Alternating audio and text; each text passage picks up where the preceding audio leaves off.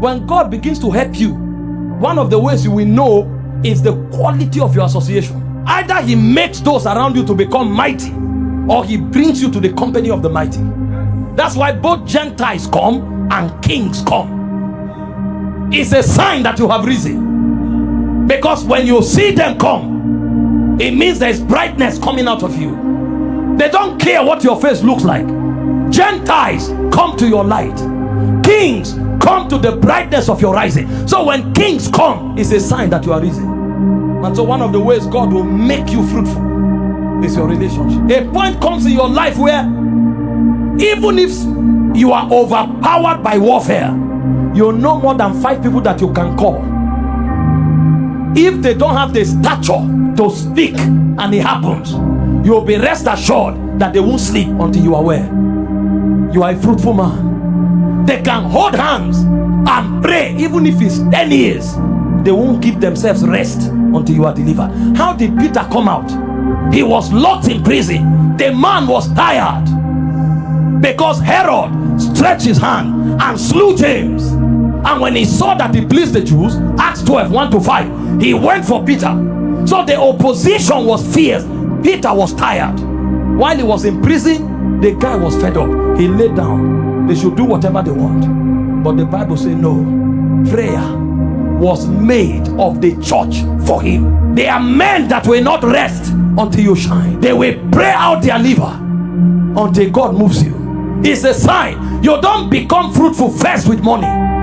You become fruitful with quality covenant relationships. I told you about David. There are certain men that if a fly touch you, everything they have saved for their lives, they can give it up to ransom you. David said, I desire to drink water from the well that is in the sepulchre, that is in the sepulchre of Rachel, that is in the garrison of the Philistine. Why will you desire to drink water from there? What is in that water that you are looking for? You are saying the water is in a garrison. Why will you want to drink there? But so long as he desired it, the Bible says 3 men had it. The army won't permit it. Even David won't permit it. But they said they put their lives in jeopardy. That means the taste of David was more important to them than their lives. I'm talking fruitfulness. Men don't become fruitful just by having money. If money is all you have, you are still a poor man. You think the wealthy, the mighty, their first point of contact is money, is connections. That's why those who don't have spirit, when they have money, they use it to buy connection. Because connection is a stronger guarantee than money. And the men jeopardized their lives to bring David water. He was shocked. Why did you go? Why did you risk your life? It's just water. I can drink any other one. No, your test won't let us sleep. No wonder the Bible said the host of David became like the host of God. There are men that God will bring into your life. Just mention your vision. The moment it comes out of your mouth, it's their duty to bankroll it. This is how great vision thrive. The Bible speaks of valiant men whose heart the Lord has touched. You think visions thrive like that? When Moses wanted to build God a house, God desires that the tabernacle be built. If you have gold, silver, purple garment, purple linen, bring it.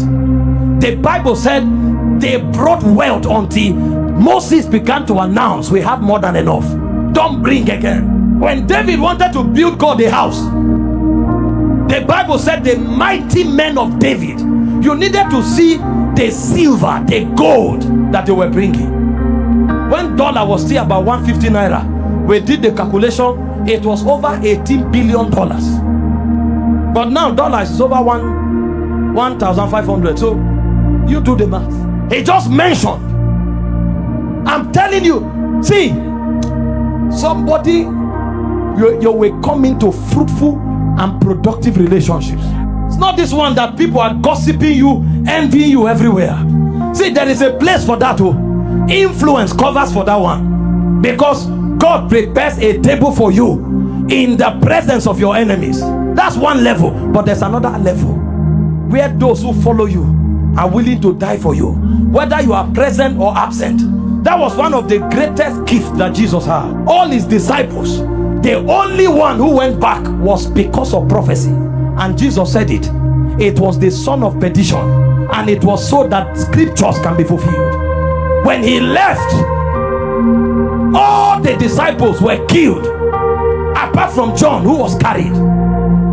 No one said, wait, let me think about it. In fact, church history told us, when they wanted to kill Peter, this was a man with wife and children. He didn't say, wait, let me write a love letter to my wife. He's not an irresponsible husband, but there was something else burning in his spirit. My love for my master, connection, my loyalty, my fidelity. What did Jesus do to him? And he said, when you crucify me, don't put me up like my Lord, turn me upside down. The guy wasn't praying, deliver me.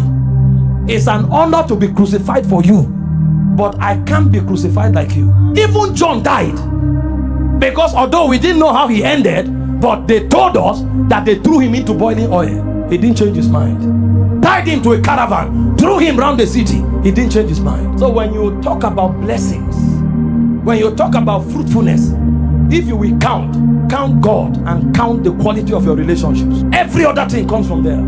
When Saul was pursuing David, his men didn't go back. David was behaving as a madman. They followed him and behaved like that. David was being hunted. They followed him. And in fact, they were mighty. But because David said, we won't fight this man, all of them surrendered their bows. Nobody argued with David. Let's go to war. The loyalty was intact. One of those occasions, when David came to tear the skirt of Saul, Abishai said, I will strike once. I won't strike him twice. He won't come alive. Once.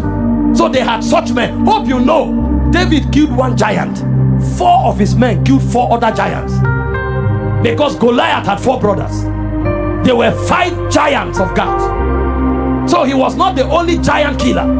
There were other giant killers. In fact, when David was old, the Bible said he went to war. And one of Goliath's nephew, who had also grown to become a giant, came with a spear that weighed 300 shekels to slaughter David. Ishnobal was the name of the giant. And the Bible said one of his mighty men, oh my God, the guy entered the battle. When he saw that David was weak, Abishai entered the battle and he pushed David aside, wielded the sword. When he slew the giant, he turned to David and said, from today you will not go to battle again, else the light of God in Israel goes out. We will fight your battles. We will fight. I'm talking about fruitfulness, that men will rise and tell you, sir, we will fight your battles. That's the meaning of our lives. This is how warriors rise in this kingdom. When David was in Gilgal, the Bible said mighty men came to him. You needed to see their description. It says some were of the children of the Gadites. It said their faces were as lions. Men that had capacity. They were like, they had strength of beasts. He spoke of some of them. He said they move on the mountains like gazelles. They can sneak behind enemy lines and defeat the enemy unawares. They shot the arrow with the left, shot with the right. And they said they were men of renown, mighty, who could go to war. So David can sleep, kingdom is advancing. How did you think he fought 66 battles? He had valiant men. In your career, in your ministry, in your business, may valiant men appear.